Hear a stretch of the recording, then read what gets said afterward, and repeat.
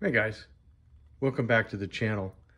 You guys know that I really like this little Rough Rider with the stag bone handles. And it really kind of, one of the things I got interested in here as a sub collection were these small, bird and trout knives. They're just fun little handy knives. This guy's been sitting on my desk and stuff.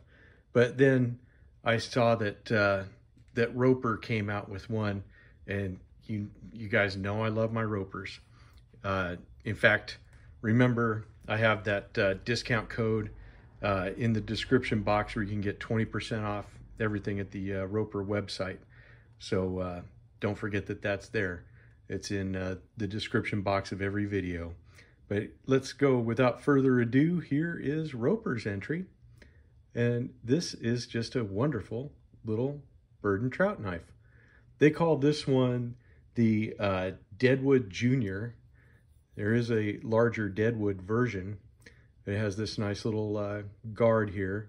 And I really like the shape of the blade. They did a really nice clip. And as you can see, it's got a really nice swedge on top. Just a really beautiful little knife. Here is the model number, the RP00. I believe that's a 28 ZW for the zebra wood. And let's take a look at that wood.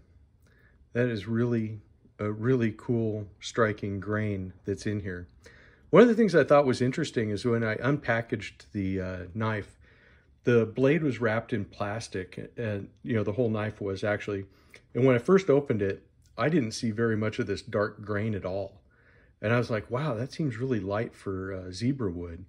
But then after about an hour of being out in the air, these veins really darkened on the wood. And I thought that was really kind of an interesting thing. So if you do get one and think that it's not as zebra as it should be, just give it a couple of minutes out in the air.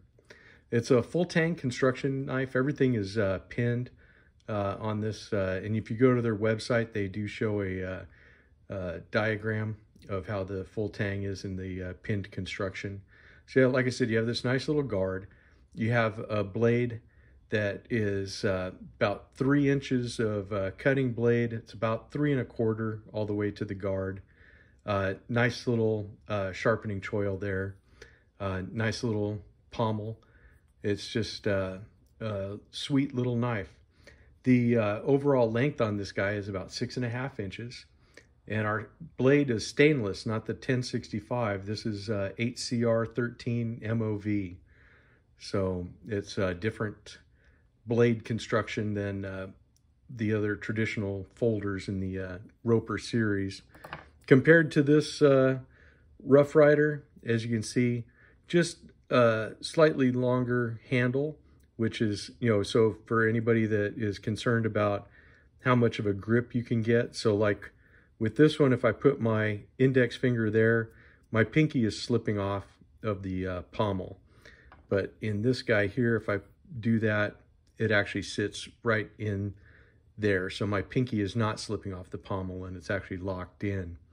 No jimping or anything on the surface of the spine there. This is just a really fun little knife. I don't know why I like these little fixed blades. I just do. So I don't know. Maybe I'm weird. You guys, am I weird? You guys know I'm weird. What can I say? This is just the kind of stuff that it does make my day.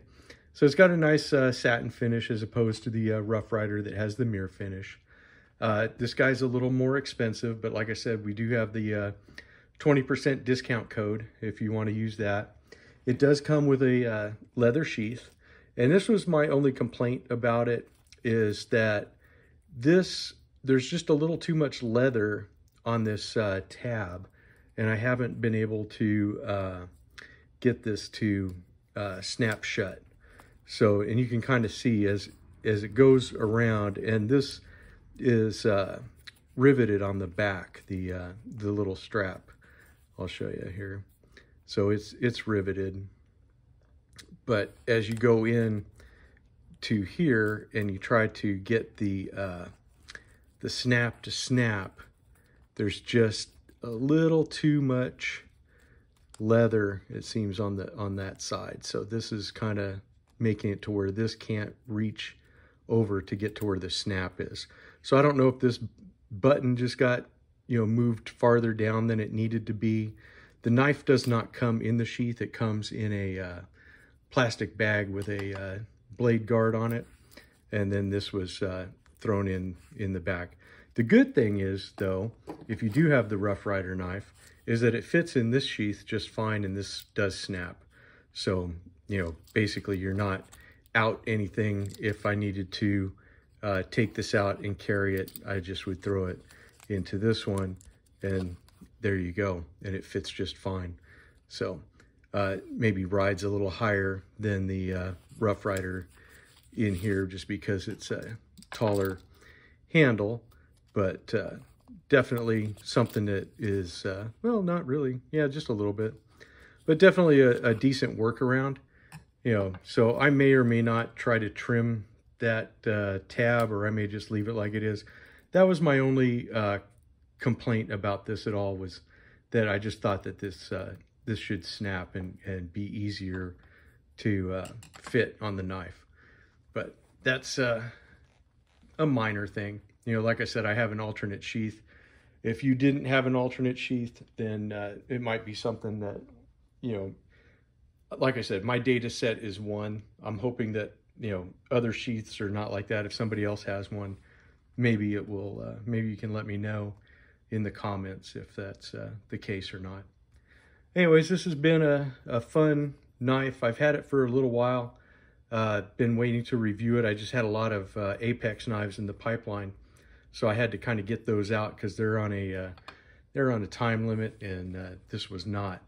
So it's been here for a little while, but I have enjoyed it.